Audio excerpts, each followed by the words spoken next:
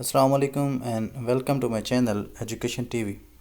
Education TV पर हम तैयारी कर रहे हैं headmaster, headmistress, lecturer education, SS education और एसएसटी जनरल BS17 के टेस्ट की।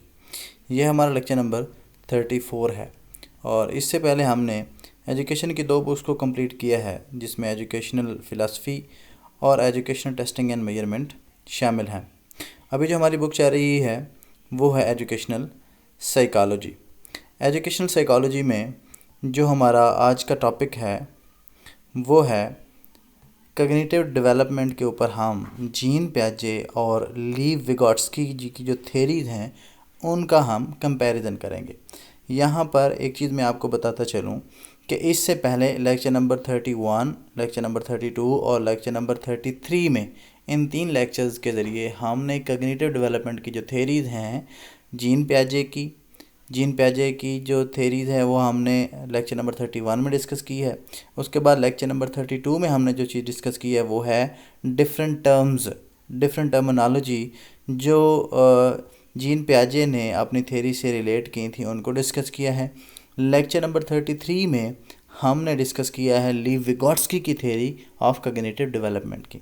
तो लेक्चर नंबर 34 में आज हम डिस्कस करने जा रहे हैं कि कॉग्निटिव डेवलपमेंट की जो थेरी दी हैं जीन पियाजे ने और लीव विगोट्स्की ने, उनके कंपैरिजन करने जा रहे हैं। तो ये हमारे पास एक चार्ट है। तो सबसे पहले देखते हैं कि सोशियो कल्चरल कॉन्टेक्स्ट में इनका क्या पॉइंट ऑफ व्यू था। तो पियाजे जो है इसने कोई एम्फेसिस नहीं दी, very little emphasis on the socio cultural context, जबकि लीव विगोट्स्की जो है इसने स्ट्रॉन्ग एम्फेसिस उसके ऊपर अडॉप्ट किया है सोशियो कल्चरल कॉन्टेक्स्ट के ऊपर। मतलब कहने का ये है कि जो लीव विगोट्स्की था उसने सोसाइटी के रोल को बहुत ज़्यादा अहमियत दी है कॉग्निटिव डेवलपमेंट में, जबकि पियाजे ने सोसाइटी को इतनी ज़्यादा अहमियत नहीं दी है बच्चे के कॉग्निटिव डेवलपमेंट में। कंस्ट्रक्टिविज़म की बात की जाए तो वो कॉग्निटिव कंस्ट्रक्टिविस्ट था पियाजे जो था, जबकि लीव विगोट्स्की जो है वो सोशल कंस्ट्रक्टिविस्ट है। कंस्ट्रक्टिविस्ट का मतलब ये है कि किस चीज़ को बुनियाद बनाकर वो अपनी थ्योरी को कंस्ट्रक्ट करते हैं। तो पियाजे कॉग्निटिव कंस्ट्रक्टिविस्ट था, यानी कि पियाजे के नज़दीक जो है कॉग्निटिव जो एबिलिटीज़ हैं वो इनबॉर्न हैं, जबकि विगोट्स्की कहता है कि सोशल या सोसाइटी या कल्चर बहुत ज़्यादा अहमियत इख्तियार कर जाता है आपकी कॉग्निटिव एबिलिटीज़ को कंस्ट्रक्ट करने में। स्टेजेस की अगर बात की जाए तो पियाजे जो था इसने 4 स्टेजेस जो दी थी हमें इन्हें 4 स्टेजेस दी थी, डिफरेंट स्टेजेस। एक स्टेज दूसरी से क्वाइट डिफरेंट है, एक स्टेज में एक चीज़ डेवलप होती है और दूसरी स्टेज में दूसरी चीज़ डेवलप होती है कॉग्निटिव एबिलिटीज़ से रिलेटेड। तो आपने जो हमारा लेक्चर नंबर 32 है और 31 जो है इनको आपने एक बार लाजमी सुनना है ताकि आपको पियाजे की बेटर अंडरस्टैंडिंग हो सके। जब विगोट्स्की की बात करते हैं तो विगोट्स्की ने कोई सेपरेट स्टेजेस नहीं दी हैं कॉग्निटिव डेवलपमेंट से रिलेटेड, यानी कि उसने कॉग्निटिव डेवलपमेंट को डिवाइड कर दिया। यानी कि एक स्टेज है, फॉर एग्जांपल अगर हम एग्जांपल के तौर पर लें तो प्री ऑपरेशनल स्टेज है मिसाल के तौर पर, उसके बाद कंक्रीट ऑपरेशनल है, उसके बाद फॉर्मल ऑपरेशनल स्टेज है, हर की अलग-अलग एज पीरियड भी है। तो जबकि कॉग्निटिविस्ट जो है हमारा लीव विगोट्स्की, इसने कोई ऐसी स्टेजेस नहीं दी कि उसने डिवाइड नहीं किया कॉग्निटिव एबिलिटीज़ को एक स्टेज से दूसरी स्टेज के दरमियान।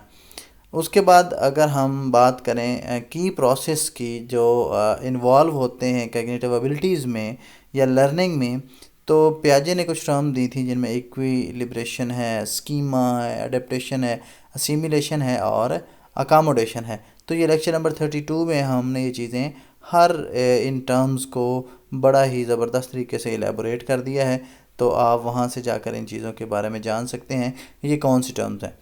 तो विगोट्स्की की अगर बात की जाए तो इसने जो चीज़ें दी थी कॉग्निटिव एबिलिटीज़ को कंस्ट्रक्ट करने में या उनके में जो प्रोसेस में इन्वॉल्व हैं वह है ZPD है, जोन ऑफ प्रॉक्सिमल डेवलपमेंट है, स्कैफोल्डिंग है, लैंग्वेज है और उसके बाद टूल ऑफ द कल्चर्स हैं। ये हमने लेक्चर नंबर 33 में इन सब चीज़ों को बड़े ज़बरदस्त तरीके से इलेबोरेट कर दिया है। आप वहाँ जाकर इन चीज़ों की मज़ीद अंडरस्टैंडिंग हासिल कर सकते हैं। अगर रोल ऑफ़ लैंग्वेज की बात की जाए तो प्याजे ने कोई ज़्यादा अहमियत नहीं दी है लैंग्वेज को, लेकिन जो विगोट्स्की है उसने बहुत ज़्यादा इम्पोर्टेंस दी है लैंग्वेज को।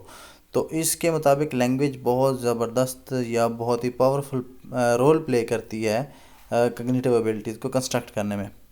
टीचिंग एप्लीकेशंस की बात की जाए तो ये जो विगोट्स्की प्याजे है ये कहता है support children explore their world and discover knowledge, कि ये बच्चों को सपोर्ट करता है कि बच्चे खुद से ही अपने इर्द गिर्द की दुनिया को एक्सप्लोर करें और उनके बारे में जानें।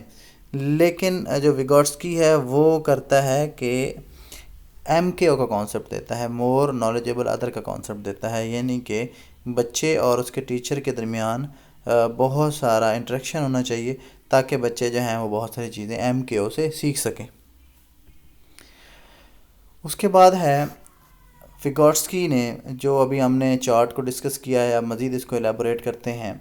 विगोट्स्की places more emphasis on the culture affecting cognitive development, यानी कि जो विगोट्स्की है वो कल्चर के ऊपर बहुत ज़्यादा एम्फेसिस करता है, उसके ज़्यादा बहुत ज़ोर देता है कॉग्निटिव डेवलपमेंट को लेकर। जबकि प्याजे जो है उसने स्टेजेस दे दी थी कॉग्निटिव डेवलपमेंट की, यानी कि पहली एक स्टेज होगी, दूसरी स्टेज फिर बच्चा जाएगा, फिर तीसरी stage pre operational, concrete operational, formal operational. तो ये जो स्टेजेस हैं वो प्याजे ने पेश की थी, लेकिन विगोट्स्की ने कोई स्टेजेस नहीं दी, बल्कि उसने कहा है कि सोशल इंटरेक्शन जितनी ज़्यादा होगी उतना ही बच्चा जल्दी से उसकी कॉग्निटिव एबिलिटी जो हैं वो डेवलप होंगी। उसके बाद है Vygotsky assumes cognitive development varies across culture. हाँ, यहाँ पर एक बात और बताता चलूँ आपको, विगोट्स्की ये भी कहता है कि कल्चर क्योंकि डिफरेंट हैं तो इस वजह से बच्चों की कॉग्निटिव एबिलिटीज़ भी डिफरेंट है। क्यों? क्योंकि कल्चर का बहुत ज़्यादा रोल है कॉग्निटिव एबिलिटीज़ को कंस्ट्रक्ट करने में। तो जैसे जैसे कल्चर वेरी करेगा वैसे वैसे बच्चे की कॉग्निटिव एबिलिटीज़ भी वेरी करती जाएंगी। ये चीज़ तो आपके सामने भी है कि जो कल्चर्स हमारे यहाँ हैं और जो यूरोपियन कल्चर है उसमें बच्चे के पास अपॉर्चुनिटीज़ ही बहुत ज़्यादा होती हैं, हमारे यहाँ अपॉर्चुनिटीज़ कम होती हैं। लैंग्वेज का बहुत ज़्यादा रोल है वहाँ पर, वो ऑलरेडी बहुत ज़्यादा अच्छे इदारे हैं उनके पास। हमारे यहाँ ना तो इतनी ज़्यादा लैंग्वेज के ऊपर हमारी ग्रिप होती है, ना हमारा कल्चर ही हम इतना ज़्यादा सपोर्ट करता है कि हम तालीम के ऊपर फोकस करें। तो जैसे जैसे आपका कल्चर बदलता जाएगा वैसे वैसे आपकी कॉग्निटिव एबिलिटीज़ भी बदलती जाएंगी।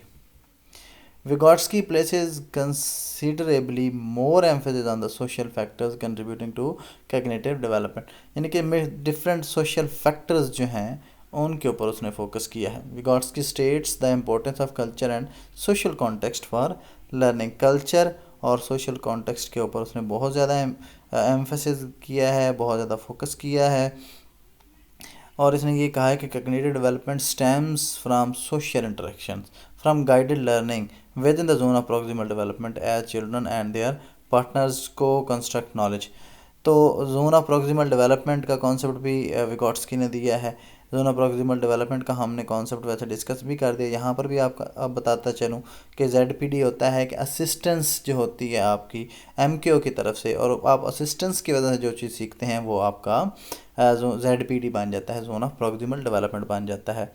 तो ये चीज़ें विगोट्स्की इनके ऊपर बात करता है और वो कहता है कि ये जो सोशल इंटरेक्शन है, जो आपका कल्चरल इन्फ्लुएंस है, वो बहुत ज़्यादा अहमियत इख्तियार कर जाता है आपकी कॉग्निटिव एबिलिटीज़ में।